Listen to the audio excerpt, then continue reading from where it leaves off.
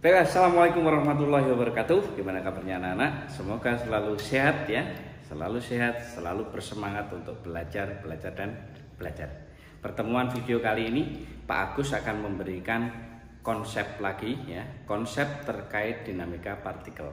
Ini penting buat kalian karena di dalam konsep-konsep yang Pak Agus berikan ini nantinya bisa kalian gunakan di dalam mengerjakan soal-soal yang ada di buku kalian ya. Untuk lebih jelasnya ikuti dengan cara seksama ya apa yang disampaikan Pak Agus.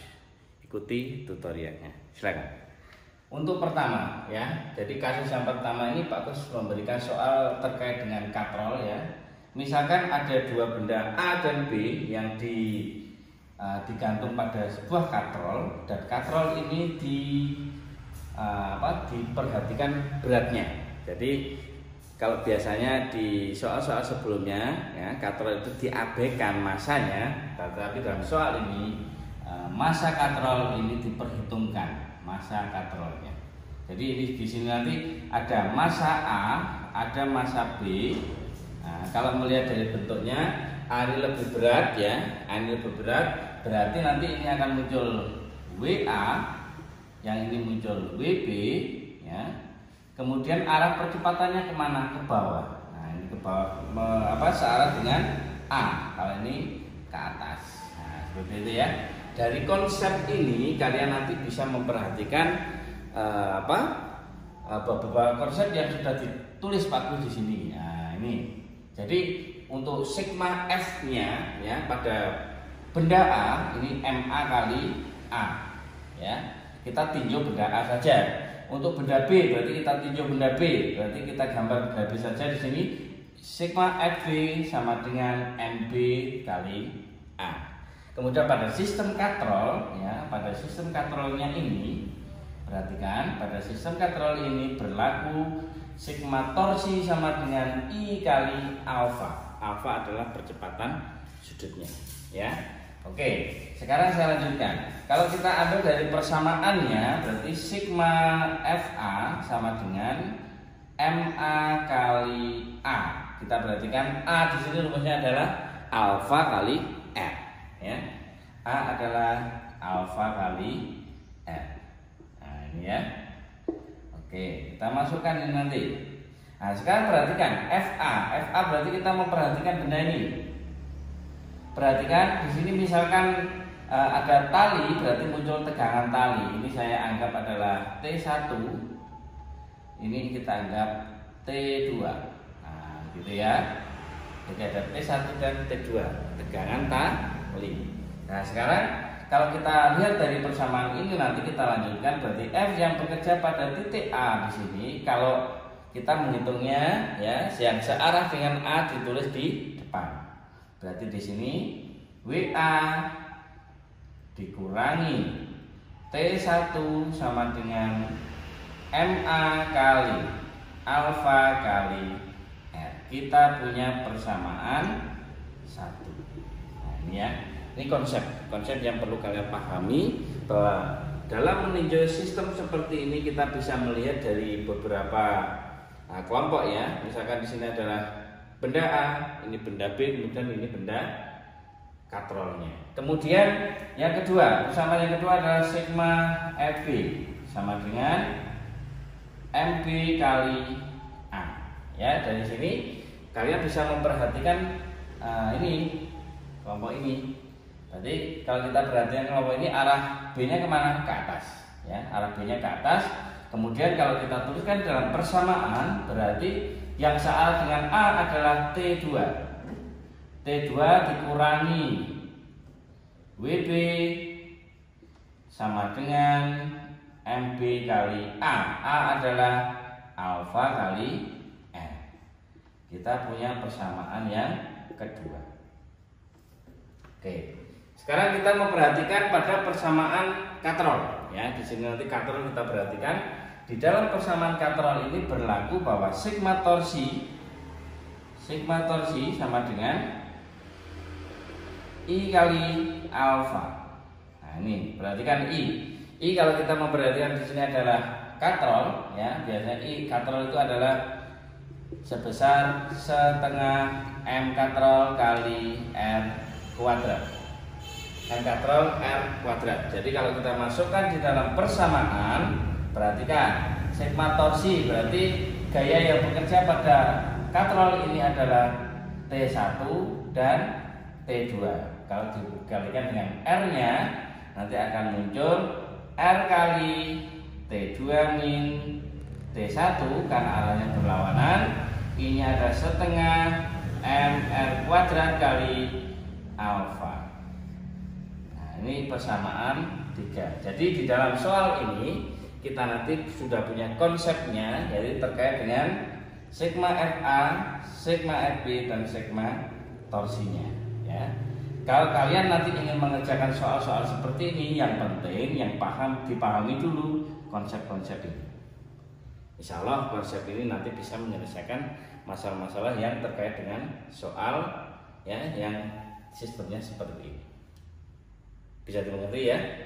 Kemudian yang kedua misalkan kita melihat soal dalam bentuk seperti ini. Konsepnya adalah bahwa misalkan ada M1, kemudian ini ada katrol, kemudian ini ada M2. Kalau kita bisa memperhatikan di sini, diagram gayanya adalah misalkan ini adalah W2 ya. Berarti arah A-nya adalah ke sana. Ini A, ini A. Gitu ya. Perhatikan, di sini nanti kita bisa melihat satu bagian di sini. Nah, ini nanti muncul T-nya, T1 misalkan. Nah, ini T1. Kemudian ini akan muncul T2. Gitu ya. Karena ini permukaannya kasar, berarti di sini muncul gaya geseknya. Jadi ada gaya gesek di sini. Nah, sekarang apa yang akan kita kerjakan dalam sistem seperti ini? Yang pertama langkahnya adalah kita perhatikan benda A. Ini benda A kita perhatikan. Ini saya misalkan A gitu ya, ini B ya, atau M1 ini M2. Kita anggap ini benda A semasa M1 ini. Nah, perhatikan di sini nanti berlaku sigma F sama dengan M1 kali A.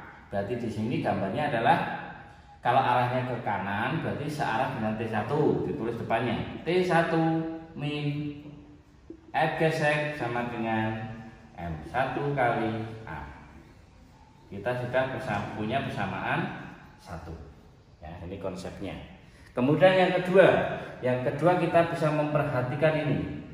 Benda 2 ini arah A-nya kemana? Ke bawah ya. Jadi sigma F sama dengan M2 kali A.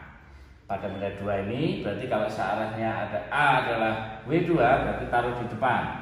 W2 min T2 sama dengan M2 kali A. Kita punya persamaan 2. Oke, ini sudah paham ya? Berikutnya kita melihat ada sistem katrolnya. Nah ini perhatikan katrolnya.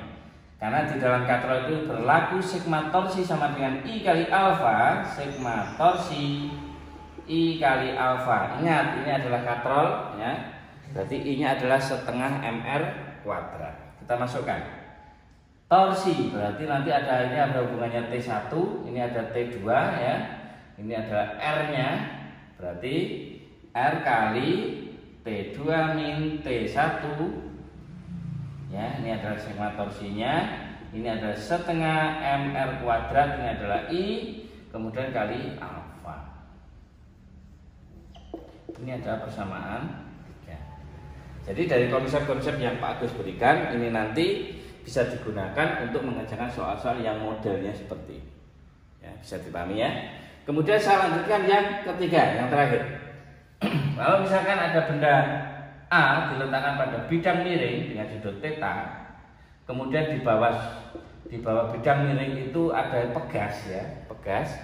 Nah, kemudian biasanya ada pertanyaan, berapakah perubahan panjang pada pegas setelah benda ini turun sampai pada titik pegas itu? Berapakah besar tertekannya pegas misalkan seperti itu. Nah, konsep yang kalian perlu pahami di sini adalah ini adalah benda ya. Benda ini pada sudut theta di sini berlaku karena ini punya berat W yang arahnya ke bawah menuju ke pusat lingkaran. Kemudian di sana adalah W sin theta, ke sana adalah W cos theta. Kemarin sudah dijelaskan Pak Agus, ini adalah gaya normal N. Karena ini adalah permukaannya kasar, berarti di sini ada gaya gesek. Nah, ini ya. Oke. Ini ada gaya geseknya. Kemudian ini panjang lintasannya adalah L misalkan. Berarti apa persamaan-persamaan yang berlaku di sini? Itu yang perlu kalian pahami. Nah, sekarang kalau misalkan benda ini bergerak ke bawah, berarti dia punya percepatan besarnya adalah A. Berlaku sigma F sama dengan M kali A. Ini ya. Nah, terus apa hubungannya dengan ini Pak Gus? Pegas. Di dalam pegas ini nanti berlaku gaya pegas adalah K kali delta X. Oke. Kalian nanti bisa mengerjakan soal-soal model seperti ini adalah hukum kekekalan energi, boleh silakan. Nanti bisa digunakan bahwa di sini nanti adalah energi potensialnya MGH, kemudian di sini muncul energi kinetiknya. Hubungannya dengan energi potensial gas. Nanti itu berlaku. Untuk ini nanti silakan dicoba di rumah dikerjakan. Nanti jawaban pada nomor 3 ini, konsep-konsep yang Pak Agus minta ini silakan ditulis dalam kolom komentar kalian. Ya.